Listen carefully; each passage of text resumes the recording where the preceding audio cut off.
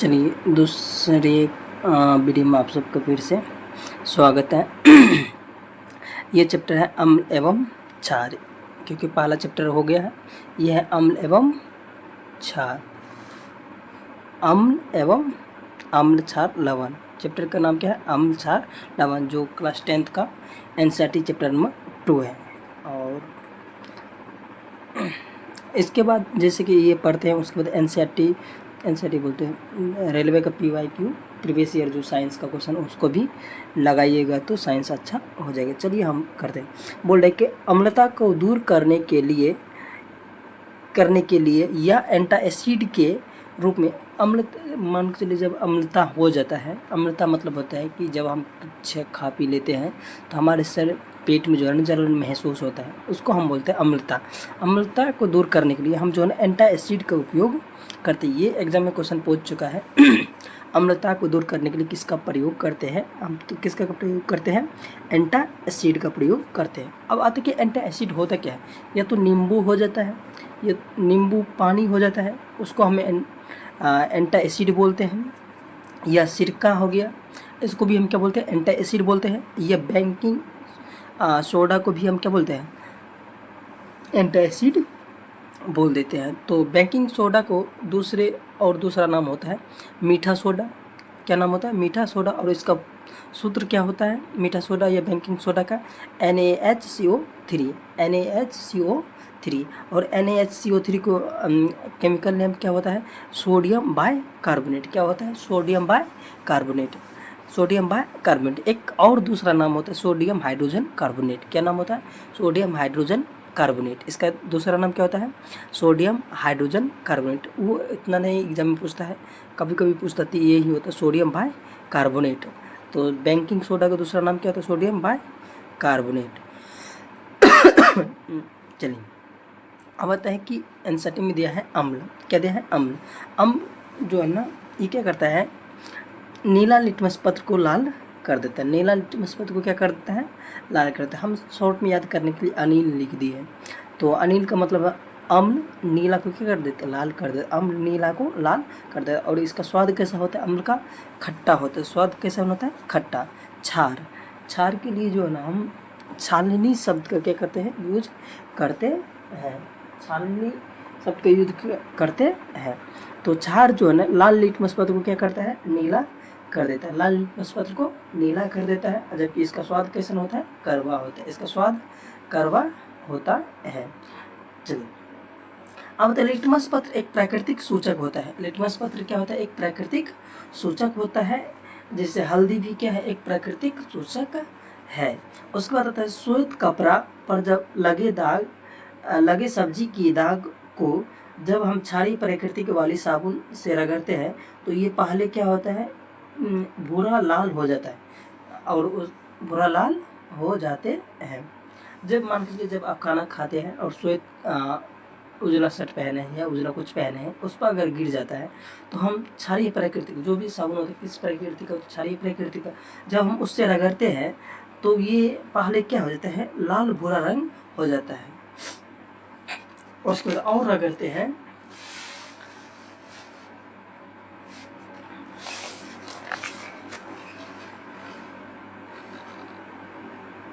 और हम रगड़ते हैं, रगड़ने पर क्या हो जाता है? पीला रंग में बदल जाता है। जब हम कोई वाइट कपड़ा पहनते हैं तो खाना खाते हैं तो अगर उसको पीला सब्जी गिर गया तो वो पीला रंग होता है। क्षारीय प्रकृति की साबुन से जब उसको साफ करते हैं तो शुरुआत में वो जो है ना भूरा और लाल रंग में चेंज हो जाता है। और उसको साफ करते हैं तो पीला रंग में फिर से बदल जाता है। अम्ल एवं क्षार की जांच के लिए संश्लेषित सूचक मेथिल ऑरेंज एवं फिनोल्फ्थालीन का प्रयोग करते हैं। यहाँ से भी क्वेश्चन पूछा गया है। ये पूछा गया है कि इनमें से कौन संश्लेषित सूचक है? तो उसमें जो है ना मेथिल ऑरेंज ऑप्शन में दिया था, फिनोल्फ्थालीन नहीं था। तो और प्राकृतिक सूचक दिया था। तो ये याद कर लीजिएगा। अम्ल एवं क्षार के जांच के लिए या संश्लेषित सूचक में होता है प्राकृतिक संश्लेषित में होता है आर्टिफिशियल इंडिकेटर। तो संश्लेषित सूचक के रूप में जो मेथिल ऑरेंज एवं फिनोल्फ्थालीन यूज करते हैं। जबकि बैगनी रंग लिटमस पत्र, आप थोड़ा सा यहाँ लिटमस पत्र के बारे में देख लीजिए। ये आता है क्वेश्चन, तो स्टेटमेंट 20 में आता है। तो लिटमस पत्र कैसन होता है? बैगनी रंग का। बैगनी रंग होने का मतलब हो गया ये ना तो अम्लीय होगा ना ही क्षारीय होगा। बैगनी रंग होने का मतलब क्या होगा? ना तो अम्लीय होगा ना ही क्षारीय होगा। उदासीन के लिए हम बैगनी रंग का प्रयोग होता है। तो लिटमस पत्र कैसा होता है?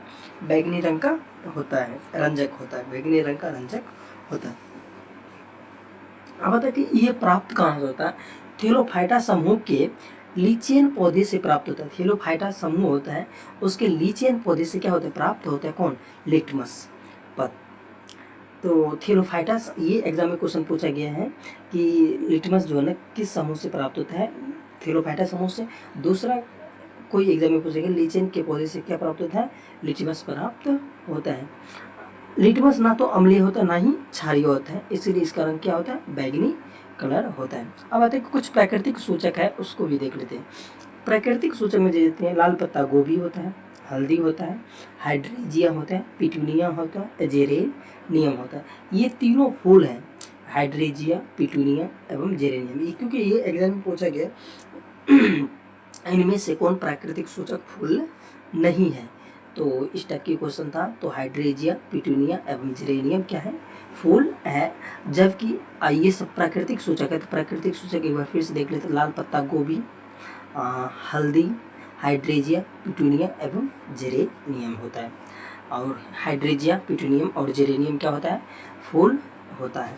अम्ल वर्षा, अम्ल वर्षा जो है ना, इसका पीएच मान होगा 5.6 से कम। अम्ल वर्षा का पीएच मान क्या होगा? 5.6 से कम होगा। जबकि आश्रित जल, आश्रित जल को ही हम जो है ना वर्षा जल भी बोल देते हैं। आश्रित जल को ही हम क्या बोलते हैं? वर्षा जल बोलते हैं। यहाँ कुछ अम्ल के नाम दिए हैं, इसको थोड़ा सा याद कर लीजिएगा फार्मूला।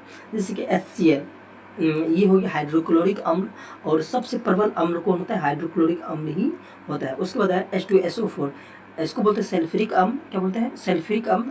इसको अम्लराज के नाम से भी जानते हैं। उसके बाद है नाइट्रिक अम्ल। क्या है? नाइट्रिक अम्ल। इसका सूत्र क्या होता है? HNO3।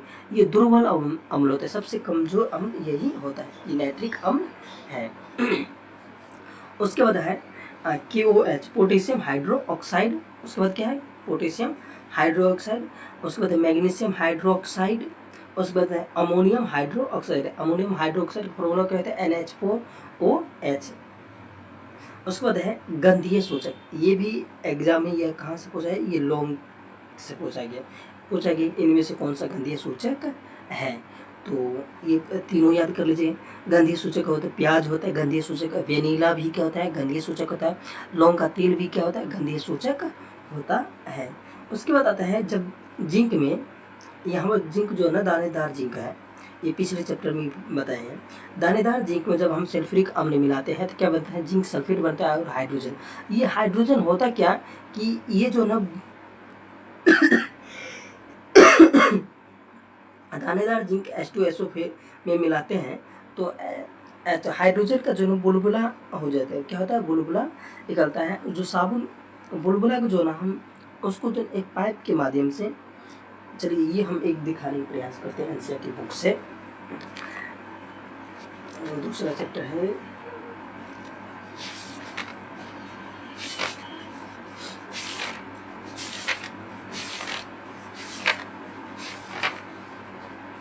दो मिनट रुकिए।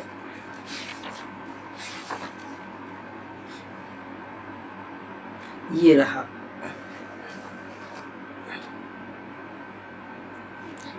जब हम दानेदार, ये हो गया सल्फ्यूरिक अम्ल, ये जो पीला पीला कलर के दिखाई दे रहा है सल्फ्यूरिक अम्ल है। जब इसमें दानेदार हाइड्रोजन अति इसके साथ हम जो सल्फ्यूरिक अम्ल जिंक के दाने को डालते हैं, ये सल्फ्यूरिक अम्ल हो गया। इसमें जब हम दानेदार को डालते हैं और इस तब क्या होता है? इसका ये हाइड्रोजन गैस का क्या होता है? बुलबुला बनता है। हाइड्रोजन गैस का बुलबुला क्या होता है? इस पाइप के माध्यम से निकलता है। ये जो घोल है ना, ये साबुन का घोल है। ये किसका घोल है? साबुन का घोल है। इससे जैसे इससे निकलता है ना, इसमें जो है ना ये गुब्बारा बन जाता है। जब हम कोई मोमबत्ती को लेकर यहाँ रखते हैं, यहाँ मोमबत्ती लेकर रखते हैं, तो ये गुब्बारा जब मोमबत्ती के संपर्क में आता है तो फट की आवाज़ के साथ क्या होता है? ये गुब्बारा जलता है। ये फट की आवाज़ के साथ क्या होता है? गुब्बारा जलता है। तो जहाँ फिगर वाला होगा तो वहाँ फिगर भी दिखा देंगे। फटफट की आवाज़ के चलिए वही दिखा गया है जो वहाँ पर आपको दिखा है। दानेदार जिंक प्लस हाइड्रोक्लोरिक अम्ल सल्फ्यूरिक अम्ल को मिलाते हैं तो H2 के बुलबुले को साबुन का विलयन से निकाला जाता है। तो H2 से भरे साबुन के बुलबुले को मोमबत्ती के जलती पास ले जाते हैं तो फट फट की आवाज़ H2 की दहन की आवाज़, जिसे हम इस आवाज़ को जो है ना, ये एग्जाम में पूछा गया है, इस आवाज़ को किस नाम से जानते हैं? तो पॉप की ध्वनि, ये एग्जाम में आया था। इसको किस नाम से जानते हैं? पॉप की ध्वनि के नाम से, पॉप की आवाज़ बोलिए, पॉप की ध्वनि के नाम से जानते हैं। जब हम दानेदार जिंक को सल्फ्यूरिक अम्ल में मिलाएंगे, सल्फ्यूरिक अम्ल को एक प्रखंड के माध्यम से साबुन के घोल में ले जाए, वहाँ से क्या होगा, गुब्बारा बना। उस गुब्बारे के जब मोमबत्ती जलती मोमबत्ती के संपर्क में लाएंगे तो क्या होगा, तो वो जलेगा और कैसन आवाज़ आएगा, फट फट की आवाज़ आएगा और पॉप ध्वनि सुनाई पड़ेगा। तो चलते हैं नेक्स्ट पेज पर।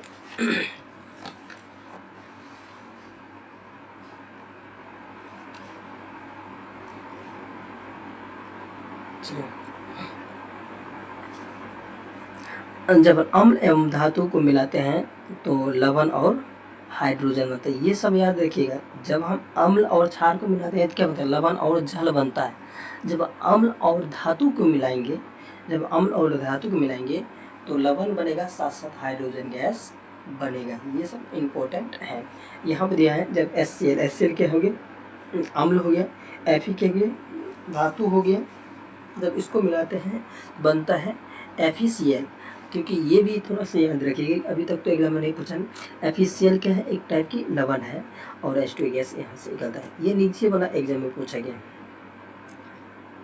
जब सोडियम हाइड्रोक्साइड में जिंक मिलाते हैं, सोडियम हाइड्रोक्साइड क्या है, क्षार है। जब इसमें जिंक मिलाते हैं तो ये बनाता है क्या है, सोडियम जिंकेट बनाते हैं। क्या बनाता है, ये एग्जाम में पूछा गया है। सोडियम जिंकेट बनाता है और इसके साथ हाइड्रोजन गैस निकलता है। ये सोडियम जिंकेट क्या है, एक लवण है। सोडियम जिंकेट क्या है, एक टाइप का लवण, जबकि ये क्षार है। क्या है, क्षार। परंतु ये जो इक्वेशन हुआ ये सब में संभव नहीं है। तो इसीलिए जो एग्जाम में पूछा जाए, जब हम सोडियम हाइड्रोक्साइड के साथ जिंक को मिलाते हैं तो क्या बनता है, तो ये नाम अक्सर याद नहीं रहता है किसी को। तो सोडियम जिंकेट बनता है। सोडियम जिंकेट का फॉर्मूला क्या होता है, Na2ZnOH2 Na2ZnO2। तो उसके साथ हाइड्रोजन गैस बनता है। ये सबके साथ नहीं होता है। चलिए नीचे वाला भी क्वेश्चन एग्जाम के लिए बहुत ही इंपॉर्टेंट है। जब हम सोडियम कार्बोनेट को हाइड्रोक्लोरिक अम्ल के साथ मिलाते हैं तो बनता है NaCl और H2O और कार्बन डाइऑक्साइड। ये भी एग्जाम में क्वेश्चन पूछा गया और इसमें से यहाँ से क्वेश्चन पूछा गया। तो कैसे बोला गया, सोडियम कार्बोनेट में जब हाइड्रोक्लोरिक अम्ल को बनाते हैं तो क्या, कौन सा गैस निकलता है, क्या बनता है, कौन सा गैस निकलता है। तो कौन सा गैस निकलता है, कार्बन डाइऑक्साइड निकलता है। जब हम सोडियम कार्बोनेट में हाइड्रोक्लोरिक अम्ल को मिलाएंगे तो क्या बनेगा, NaCl H2O और कार्बन डाइऑक्साइड मिलेगा। कभी कभी ये इधर वाला इक्वेशन दे देता है, इधर वाला एक ऑप्शन में दे देता है, तो ये ध्यान में रखिएगा। उसके बाद आता है इसका और दूसरा नाम होता है, इसको हम बोलते हैं सोडियम कार्बोनेट भी बोलते हैं, वॉशिंग सोडा भी बोलते हैं, सोडा ऐश भी बोलते हैं, सोडा क्रिस्टल भी बोलते हैं, सोडा साल भी बोलते हैं। सारा नाम को थोड़ा बहुत ध्यान में रखिएगा और सबसे ज़्यादा ये ध्यान में रखिएगा सोडियम कार्बोनेट, ये तो वैसे हो ही जाएगा। ये वॉशिंग सोडा इसको बोलते हैं, ये याद रखिएगा। और इससे कौन सा गैस निकलता है, कार्बन डाइऑक्साइड, ये है। उसके बाद आता है सोडियम हाइड्रोकार्बोनेट में, सोडियम हाइड्रोकार्बोनेट में जब हम HCl मिलाते हैं तो क्या बनता है, NaCl बनता है, जल बनता है और कार्बन डाइऑक्साइड गैस बनता है। ये कार्बन डाइऑक्साइड तो गैस तो याद ही रखना। अब आता है कि इसमें पूछता क्या है, ये पूछता है जब धातु कार्बोनेट, धातु हाइड्रोकार्बोनेट, ये हो गया धातु कार्बोनेट, ये हो गया धातु हाइड्रोकार्बोनेट। ये बोला जाता है जब धातु हाइड्रोकार्बोनेट या धातु कार्बोनेट में अम्ल मिलाते हैं तो कौन सा गैस निकलता है, कौन सा गैस निकलता है, तो आएगा कार्बन डाइऑक्साइड ऑप्शन में। क्या आएगा, जब हम धातु कार्बोनेट और धातु हाइड्रोजन कार्बोनेट के साथ अम्ल मिलाते हैं तो क्या बनता है, लवण, जल और कार्बन डाइऑक्साइड बनता है। एक बार फिर से, जब धातु कार्बोनेट के साथ धातु कार्बोनेट या धातु हाइड्रोजन कार्बोनेट के साथ अम्ल मिलाते हैं तो क्या बनता है, लवण, जल और कार्बन डाइऑक्साइड गैस बनता है।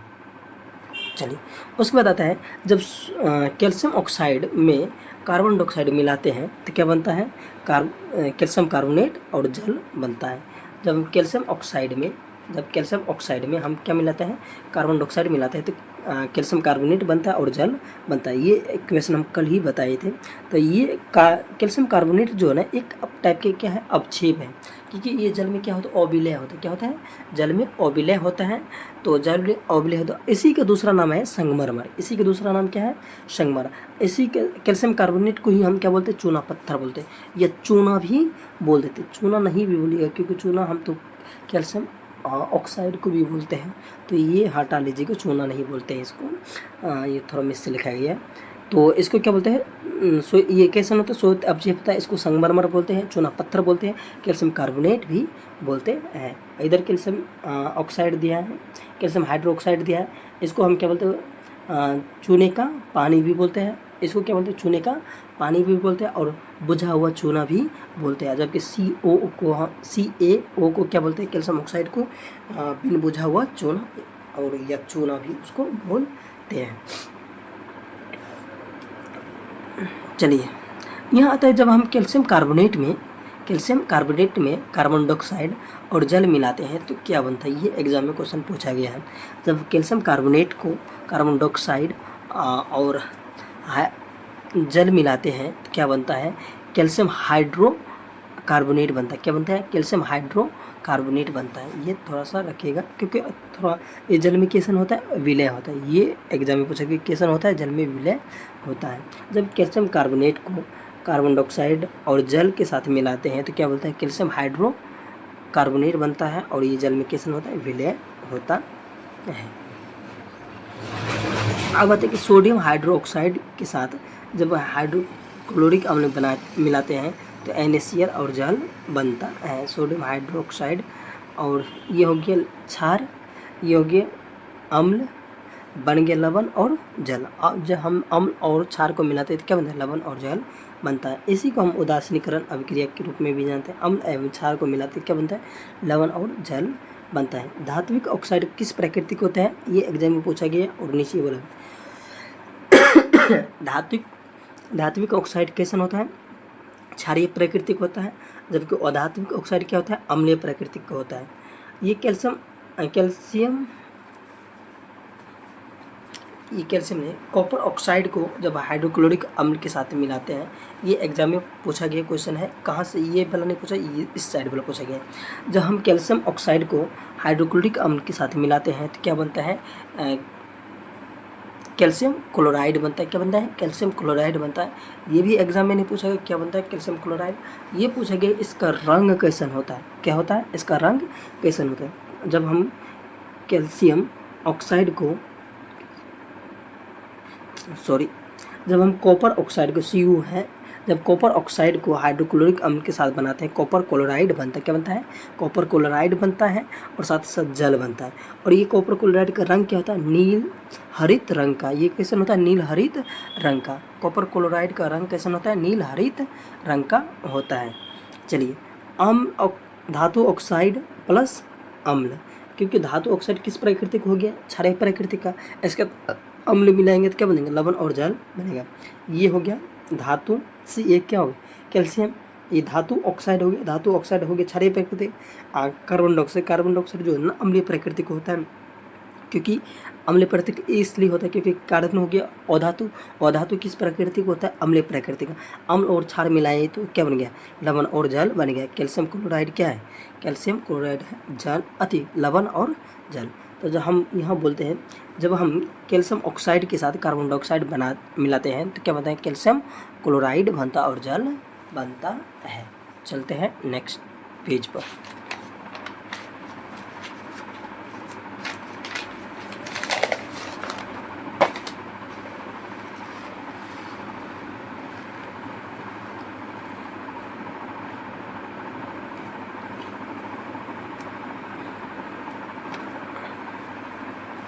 चलिए, अम्ल की उपस्थिति में बल्ब जलने लगता है।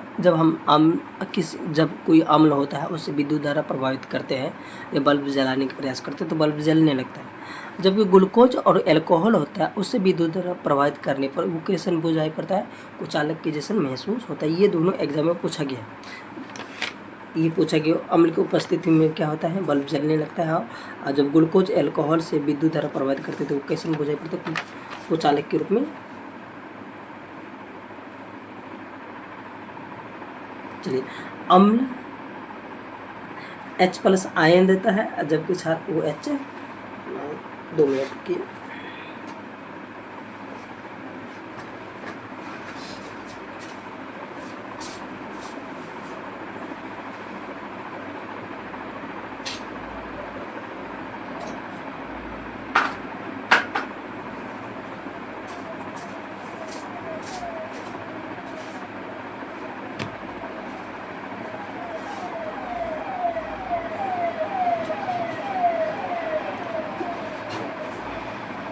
चलिए, ये उड़ने लगता है इसलिए इस पर कुछ रख दिए। अम्ल का आयन, जब हम हाइड्रोक्लोरिक अम्ल को तोड़ते हैं तो ये क्लोरीन और हाइड्रोजन बनता है, साथ में क्लोरीन ऋणायन होता है जबकि हाइड्रोजन धनायन होता है। जब हम नाइट्रिक अम्ल को तोड़ते हैं तो H+ आयन और NOH- आयन देता है। जब इसको तोड़ते हैं तो H+ और ये माइनस में देता है। तो सल्फ्यूरिक अम्ल को भी तोड़ते हैं H+ और सल्फर के साथ OH देता है। तो ये होता है जल की उपस्थिति में हाइड्रोजन आयन उत्पन्न होता है। जब कोई जल मौजूद होगा तो हाइड्रोजन आयन क्या होगा, ये भी एग्जाम में पूछा गया। जल की उपस्थिति में क्या देता है, हाइड्रोजन आयन देता है। जल की अनुपस्थिति हाइड्रोजन आयन नहीं देता है। तो जैसे कि HCl में जल मिलाते हैं तो क्या बोलते हैं, HO3 H3O और प्लस और Cl-। तो यहाँ ये भी एग्जाम में पूछा गया है। अब ये इस लाइन में हम इसको लिखे हैं, ये जो हाइड्रोजन आयन स्वतंत्र रूप में नहीं रहते हैं, हाइड्रोजन आयन स्वतंत्र रूप में नहीं रहते हैं, लेकिन जल के अणु के साथ मिलकर सदैव H+ या हाइड्रोनियम आयन, इसको क्या बोलते हैं, हाइड्रोनियम आयन बोलते हैं, को दर्शाते हैं। ये एग्जाम में पूछा गया है। हाइड्रोजन आयन स्वतंत्र रूप में नहीं होते हैं, लेकिन जल के अणु के साथ सदैव H+ आयन या हाइड्रोनियम आयन देता है। जब हम अम्ल को तोड़ते हैं तो क्या देता है, H+ आयन देता है या हाइड्रोनियम आयन देता है।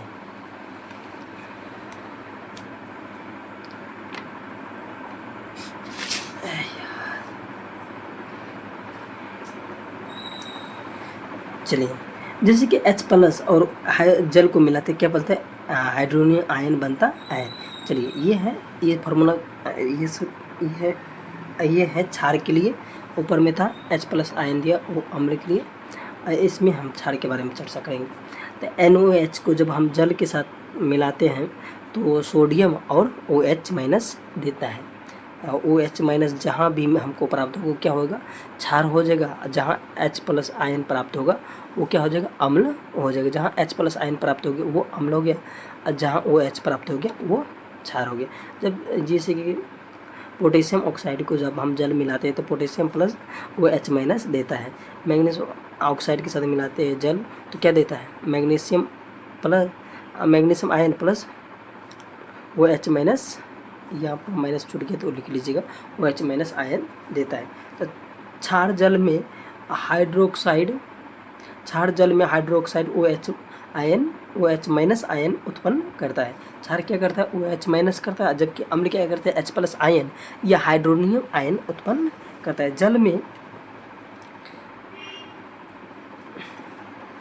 जल में घुलनशील क्षार को क्षारक कहते हैं। क्षार कहते हैं। ये नहीं पूछा गया अभी तक एग्जाम में, अब देखिए। और परंतु ये नीचे वाला लाइन पूछा गया। तो जल में घुलनशील क्षारक को हम क्या कहते हैं, क्षार कहते हैं।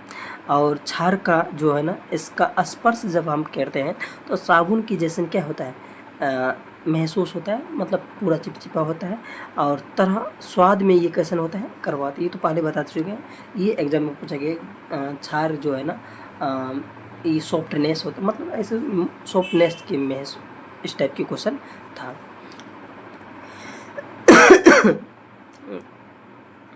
इनका स्पर्श कैसा होता है, साबुन की तरह होता है। सभी क्षारक जल में घुलनशील होते हैं, जितने भी क्षारक होते हैं वो जल में क्या होते हैं, घुलनशील होते हैं। जल में अम्ल या क्षार के घुलने की प्रक्रिया अत्यंत ऊष्मक्षेपी, जब ये तो अम्ल हो या तो क्षार हो, जब वो जल में घुलता है तो क्या होता है, अत्यंत ऊष्मा उससे क्या होता है, उत्सर्जित होता है।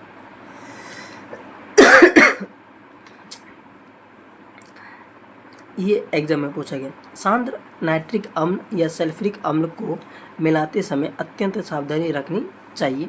अम्ल को सदैव, ये लाइन से पूछा गया, अम्ल को सदैव धीरे धीरे तथा जल को हिलाते हुए मिलाना डालना चाहिए। जैसे कि हम कोई प्रयोग कर रहे हैं तो उसमें अम्ल मिला रहे हैं, तो अम्ल को जो है ना, ऐसा नहीं कि एक गिलास अम्ल लिए उसमें पानी मिलाएंगे, नहीं, पानी उसमें ले लेना है पानी से, उसमें अम्ल या अम्ल को जो है ना डालेंगे, तो ऐसा नहीं कि एकाएक जो है डाल देंगे, धीरे धीरे उसमें क्या करेंगे, अम्ल को डाल लेंगे और पानी को हिलाते रहेंगे, जिससे क्या वो उसमें आग ना पकड़े।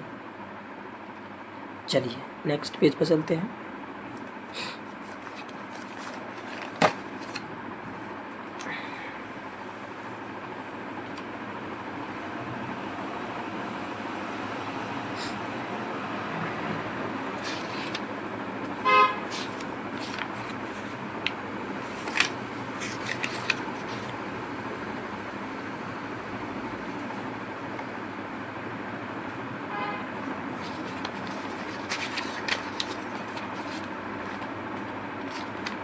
चलिए अभी थोड़ा ज़्यादा ही है, तो क्योंकि हम आप सबको बोले थे कि एक वीडियो में एक ही क्लास, तो जितना बड़ा हो उससे कोई दिक्कत नहीं। आता है तनुकरण, क्या है, तनुकरण, ये एग्जाम में पूछा गया। जल में अम्ल या क्षार मिलाने पर आयन की सांद्रता, चाहे OH प्लस हो, OH नहीं होगा, H प्लस हो या OH माइनस हो, वो इसमें हटा लीजिएगा, कि प्रति इकाई आयतन में क्या होता है, कमी होता है। चाहे अम्ल हो या क्षार हो, जब उसको जल में मिलाते हैं उसकी सांद्रता में क्या होती है, कमी होती है। ये एग्जाम में पूछा गया है, इंपॉर्टेंट क्वेश्चन। सार्वत्रिक सूचक किसी विलयन में हाइड्रोजन आयन की विभिन्न सांद्रता को विभिन्न रंगों में प्रदर्शित करते हैं। यहाँ है pH स्केल, क्या है, pH स्केल। अब आते हैं कि P क्या है, सूचक है, P क्या है, सूचक है, या पुषांश, या जिस हम पोटेजेन, ये भी लाइन से एग्जाम पूछा गया है, एग्जाम में पूछा गया है क्वेश्चन। P क्या है, सूचक है, पुषांश या पोटेंज, जो एक क्या है, जर्मन शब्द है जिसका अर्थ क्या होता है, शक्ति। बहुत ये ऑप्शन में कभी कभी जो है ना, ये शक्ति भी रहता है, ऑप्शन में क्या रहता है, शक्ति भी रहता है। तो अगर पुषांश ये पोटेजेंट हो, ये ऑप्शन में रहता है, ये पुषांश नहीं रहता ऑप्शन में, ये रहेगा तो हम शक्ति को टिक नहीं करेंगे। जब नहीं रहेगा पुषांश पोटेजेंट, तो हम क्या किसको लगाएंगे, शक्ति को लगाएंगे। अब आता है pH स्केल में जो है ना 0 से 14 तक क्या होता है, इसका वैल्यू होता है 0 से 14 तक, जिसमें 0 से लेकर 7 तक को हम अम्लीय प्रकृति को बोलते हैं, और 7 से 14 तक हम क्या बोलते हैं, क्षारीय प्रकृति को बोलते हैं, और 7 को क्या बोलते हैं, उदासीन बोलते हैं। 7 को क्या बोलते हैं, उदासीन बोलते हैं। अब बताए कि जब हम 7 से 0 की ओर जाएंगे, अम्लता क्या होगा, बढ़ते जाएगा। जब हम 7 से 0 की ओर जाएंगे तो अम्लता क्या होगा, बढ़ते जाएगा। उसी प्रकार जब हम 7 से 14 की ओर जाएंगे तो क्या होगा, क्षारीयता गुण बढ़ते जाएगा, मतलब इसकी मजबूती बढ़ते जाएगा। अब यहाँ कुछ है इम्पोर्टेंट, इसको क्या करना, याद करना। जैसे कि जठर रस है, जठर रस का pH मान क्या होता है, 1.2। जठर रस का pH मान क्या होता है, 1.2। जबकि नींबू रस का क्या होता है, 2.2। नींबू रस का pH मान क्या होता है, 2.2। शुद्ध जल का pH मान कितना होता है, 7 होता है। जबकि अशुद्ध अति रक्त का कितना होता है, pH मान 7.4 होता है। जब मिल्क ऑफ मैग्नीशिया क्या होता है, 10। मिल्क ऑफ मैग्नीशिया का pH मान कितना होता है, 10। सोडियम हाइड्रोक्साइड का pH मान कितना होता है, 14। सोडियम हाइड्रोक्साइड का क्या होता है, 14। हमारे शरीर में pH रेंज, हमारे शरीर का pH रेंज क्या होता है, 7.0 से 7.8 तक। हमारे शरीर का pH रेंज क्या होता है, 7.0 से 7.8 तक होता है। जीवित प्राणी के लिए यह है, जीवित प्राणी, मृत प्राणी के लिए नहीं है। अम्लीय वर्षा क्या होता है, 5.6 से कम को क्या बोलते हैं, अम्लीय वर्षा बोलते हैं। अम्लीय वर्षा का जल जब नदी में प्रभावित होता है तो नदी की पीएच में मान कम हो जाता है, उसमें जिससे जीवंत उत्तरजीविता में कठिन हो। मान के चलिए जैसे कि अम्लीय वर्षा हुआ अम्लीय वर्षा होगा तो वो अम्लीय वर्षा किस में चला जाता है, पानी नदी में चला जाता है, अम्लीय माध्यम वाला पानी। तो उसमें जो भी जीव जंतु रहता है उसके जीवन में क्या होता है, कठिनाई हो जाता है। ये इसका मतलब है कि जब अम्लीय वर्षा होता है तो समुद्र में रहने वाले जीव जंतु के लिए क्या होता है, थोड़ा दिक्कत वाली हो जाता है। इसलिए हो जाता है क्योंकि उसमें जो भी जीव जंतु हैं उसका जो पहले से अम्लता है उससे अधिक क्या होता है, अम्लता हो जाती है, जिसके कारण उत्तरजीविता में कठिनाई होता है। अब चलिए यहाँ से भी क्वेश्चन पूछा गया है, ये पूछा गया है यहाँ से, ये वाला लाइन, शुक्र का वायुमंडल पर कौन सा गैस होता है, सल्फ्यूरिक गैस होता है। क्या होता है, सल्फ्यूरिक अम्ल होता है। सल्फ्यूरिक अम्ल की मोटे परत श्वेत एवं पीले रंग का बादल से बना होता है। ये पूछा गया है कि शुक्र ग्रह का जो है ना वायुमंडल कौन सा अम्ल के मोटे परत से बना होता है। तो ये पूछा गया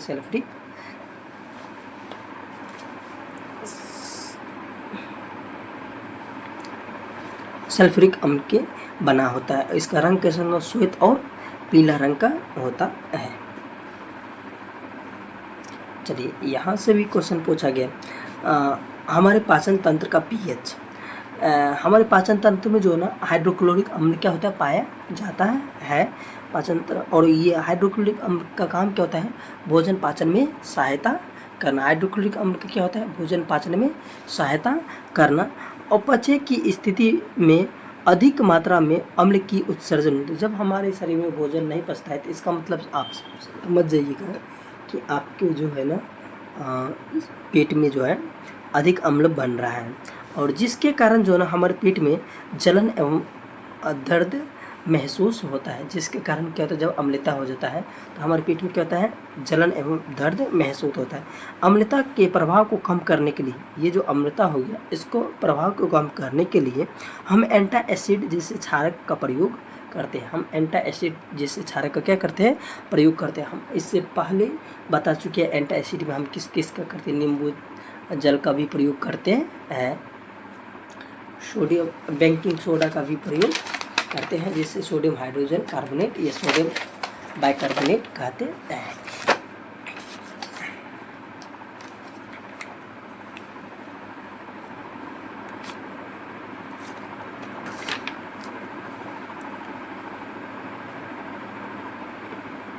चलिए अब देखिए एंटी एसिड क्या है, उधर तो बताइए, यहाँ भी बता देते हैं। तो यहाँ जो बताएंगे उधर जो बताएंगे वो वाला नहीं बताएंगे, यहाँ न्यू बता देते हैं। तो यहाँ है मैग्नीशियम ऑक्साइड।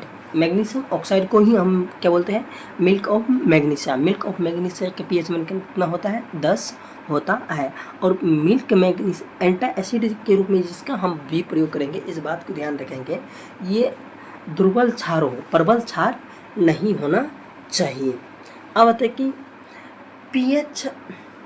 पीएच परिवर्तन के कारण दंत क्षय।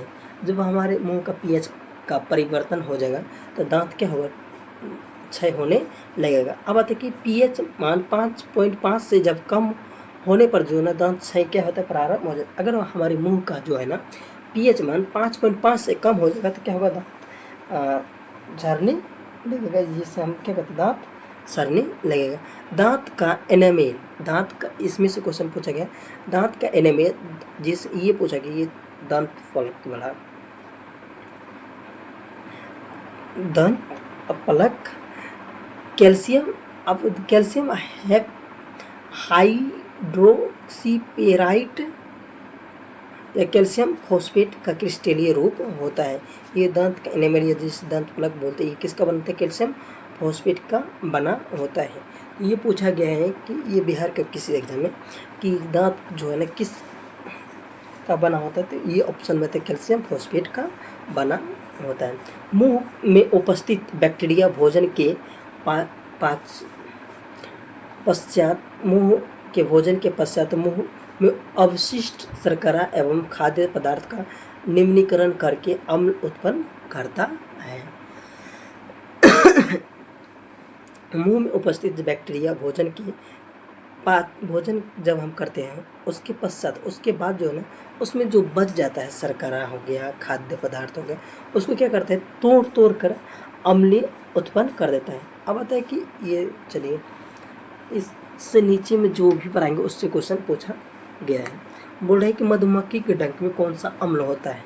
तो आप सब कभी कभी फॉर्मिक अम्ल भी पढ़े होंगे, चींटी के डंक में फॉर्मिक अम्ल होता है। तो एनसीईआरटी में तो नहीं दिया है फॉर्मिक अम्ल, तो एनसीईआरटी में जो दिया वही याद करेंगे। तो मधुमक्खी के डंक में क्या दिया है, मेथनोइक अम्ल होता है। अब आता है कि मेथनोइक अम्ल होता है, और मेथनोइक जब मधुमक्खी आपको काट ले तो इसका उपचार क्या करेंगे, तो बेकिंग सोडा या दुर्बल क्षार हम इस पर क्या करेंगे, लगा लेंगे, तो ये छूट मतलब इसका दर्द जो होगा वो आराम हो जाएगा। जब आपको मधुमक्खी काट ले तो क्या करिएगा, उस पर बेकिंग सोडा लगा लीजिएगा या तो दुर्बल क्षार लगा लीजिएगा, क्योंकि मधुमक्खी के डंक के उपचार यही है। उसके बाद आता है नेटल, ये शाकीय पौधे, ये एग्जाम में भी पूछा गया है। नेटल या शाकीय पौधे पूछा गया, इनमें से किस में मेथनोइक अम्ल पाया जाता है। तो एक में ऑप्शन था नेटल का शाकीय पौधा। तो इसमें जब इसका डंक में मेथनोइक, इसके डंक में भी क्या होता है, मेथनोइक अम्ल पाया जाता है। इसका उपचार जो होता है डॉक पौधे की पत्ती रगड़ कर इसका उपचार किया जाता है। अब आता है कि ये नेटल के पौधे के आसपास में ये उगने वाला एक पौधा होता है, इसके उपचार के लिए डॉग पौधे। तो ये पूछा गया है कि नेटल के डंक में मेथनोइक अम्ल को दूर करने के लिए हम किसका उपयोग करते हैं। तो ये ऑप्शन में था डॉग पौधे का। अब आता है कि ये नीचे में जो है इसको इम्पोर्टेंट है, ये याद कर लीजिएगा।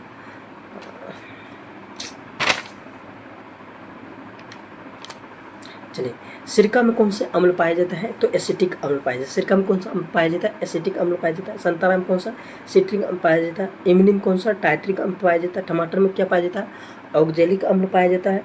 खट्टा दूध हो गया, दही हो गया, इसमें क्या पाया जाता है, लैक्टिक अम्ल पाया जाता है।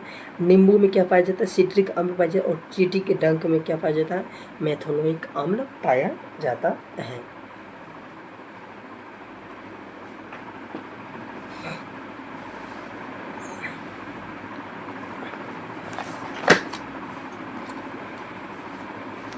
चलिए, इस वीडियो में इतना ही, और इसका 2 पार्ट कर देंगे क्योंकि थोड़ा बड़ा चैप्टर है, अभी बहुत बचा हुआ है।